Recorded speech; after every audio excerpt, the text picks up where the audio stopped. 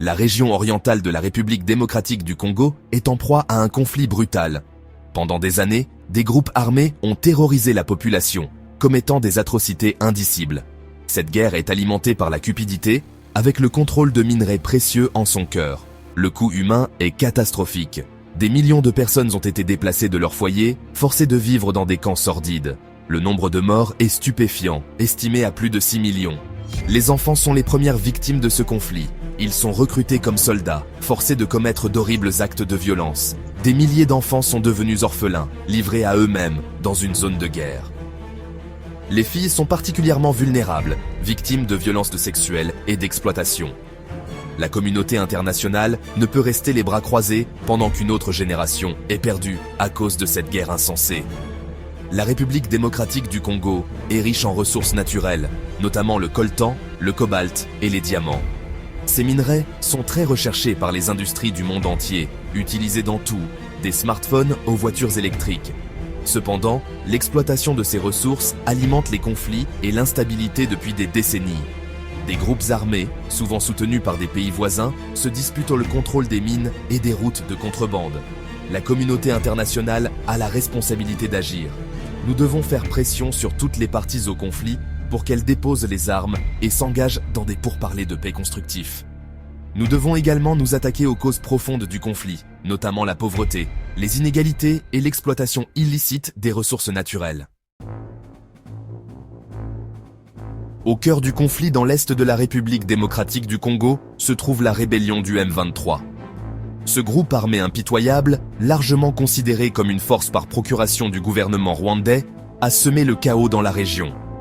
Le M23 a été impliqué dans des violations généralisées des droits de l'homme, notamment des massacres, des viols et le recrutement d'enfants soldats. Malgré la condamnation internationale, le Rwanda continue de fournir un soutien matériel et logistique au M23. L'implication du Rwanda en République démocratique du Congo est motivée par la cupidité et un désir de domination régionale. Le gouvernement rwandais profite largement de l'exploitation illicite des minerais congolais, acheminant d'énormes sommes d'argent dans ses coffres grâce à des opérations de contrebande. Le M23 agit comme le bras armé du Rwanda, assurant le contrôle des mines et des routes de contrebande. La communauté internationale a documenté le soutien du Rwanda au M23 par le biais de rapports détaillés et de témoignages.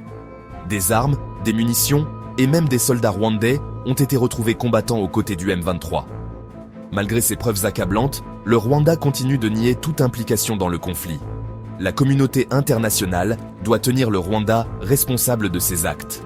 Des sanctions ciblées contre les responsables et les entreprises rwandaises impliquées dans le conflit, ainsi qu'une suspension de l'aide militaire, enverrait un message clair que ce comportement ne sera pas toléré. Les enfants de l'Est de la République démocratique du Congo paient le prix fort pour un conflit qu'ils n'ont pas créé.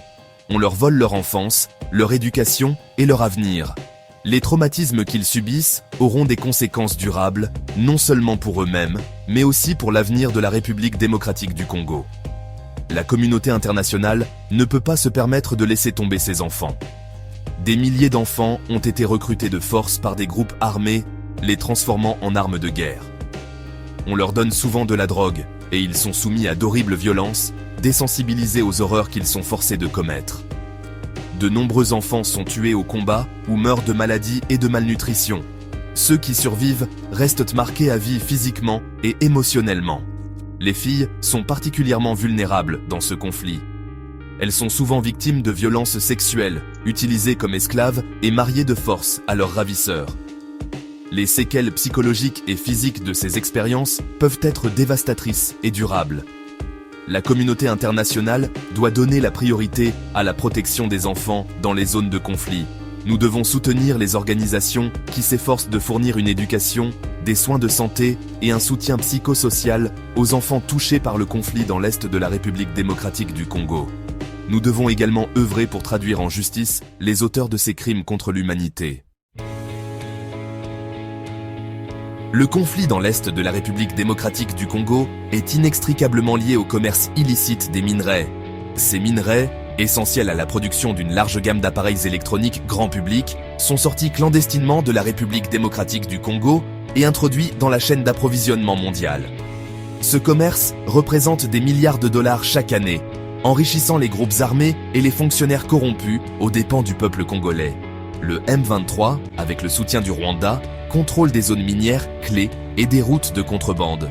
Ils extorquent de l'argent aux mineurs, imposent des taxes illégales et font sortir clandestinement des minerais de la République démocratique du Congo.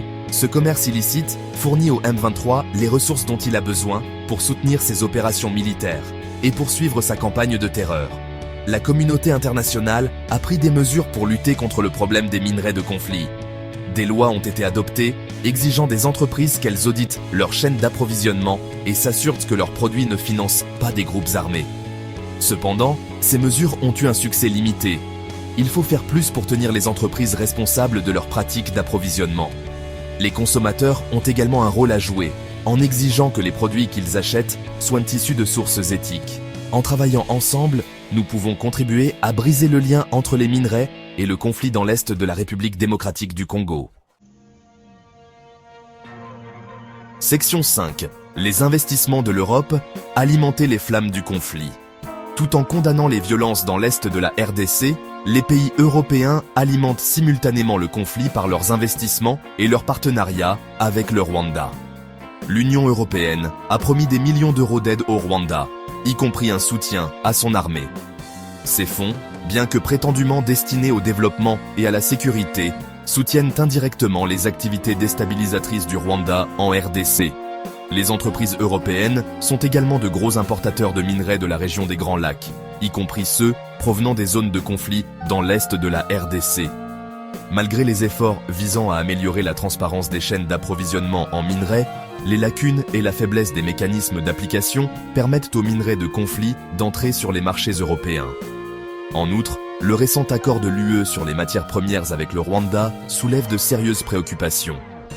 Cet accord, bien que présenté comme un moyen de garantir l'accès à des minerais essentiels, risque de légitimer et de tirer profit de l'exploitation des ressources congolaises par le Rwanda. En continuant à apporter un soutien financier et politique au Rwanda, les pays européens sont complices des souffrances du peuple congolais. Cette hypocrisie sape la crédibilité de l'UE en tant que défenseur des droits de l'homme et perpétue le cycle de la violence dans la région. Section 6. La région du Kivu, un trésor pris en otage. Le conflit dans l'est de la RDC ne concerne pas simplement les tensions ethniques ou les rivalités politiques, il s'agit du contrôle de vastes richesses minérales. La région du Kivu, en particulier, est un trésor de minerais essentiel à la technologie moderne. Ces minerais, dont le coltan, le cobalt et l'étain, sont utilisés dans la production de smartphones, d'ordinateurs portables, de batteries de voitures électriques et d'autres appareils de haute technologie. La présence de ces précieuses ressources a fait de la région du Kivu une cible pour les groupes armés et les puissances étrangères qui cherchent à profiter de leur exploitation. Le peuple congolais, qui devrait être le principal bénéficiaire de ces richesses, est plutôt pris au piège d'un cycle de violence et de pauvreté. La communauté internationale a la responsabilité de veiller à ce que l'exploitation des ressources naturelles en RDC profite au peuple congolais et n'alimente pas de nouveaux conflits. Cela nécessite de soutenir la bonne gouvernance, de promouvoir la transparence dans le secteur minier et de réprimer le commerce illicite des minerais. Section 7. Briser le cycle, leçon du passé. La situation actuelle dans l'est de la RDC rappelle tragiquement les échecs passés de la communauté internationale à s'attaquer aux causes profondes du conflit. En 2012, le M23 s'est brièvement emparé de la ville de Goma, suscitant la condamnation internationale et une vague d'activités diplomatiques. Cependant, une fois la crise immédiate apaisée, l'attention internationale s'est estompée et les problèmes sous-jacents n'ont pas été résolus. La communauté internationale ne peut pas se permettre de refaire les mêmes erreurs. Une solution durable au conflit dans l'est de la RDC exige une approche soutenue et globale, qui s'attaque à la fois aux symptômes et aux causes profondes de la violence. Cela comprend le soutien au gouvernement congolais dans ses efforts pour étendre l'autorité de l'État, désarmer les groupes armés et promouvoir le développement économique. Il faut également tenir responsables les auteurs de violations des droits de l'homme et veiller à ce que les auteurs de violences ne profitent pas de leurs crimes. Section 8. Un appel à l'action, tenir l'Europe responsable. Les citoyens européens ont l'obligation morale d'exiger que leur gouvernement cesse d'alimenter le conflit dans l'est de la RDC, En continuant à fournir un soutien financier et militaire au Rwanda, les pays européens sont complices des souffrances du peuple congolais. Cette hypocrisie doit cesser. Les citoyens européens peuvent faire la différence en contactant leurs élus, en sensibilisant l'opinion publique au conflit et en soutenant les organisations qui œuvrent pour la paix et la justice en RDC. La pression publique peut forcer les gouvernements à repenser leur politique et à donner la priorité aux droits de l'homme du peuple congolais. Le temps de la complaisance est révolu. La communauté internationale doit agir de manière décisive pour mettre fin aux souffrances dans l'est de la RDC.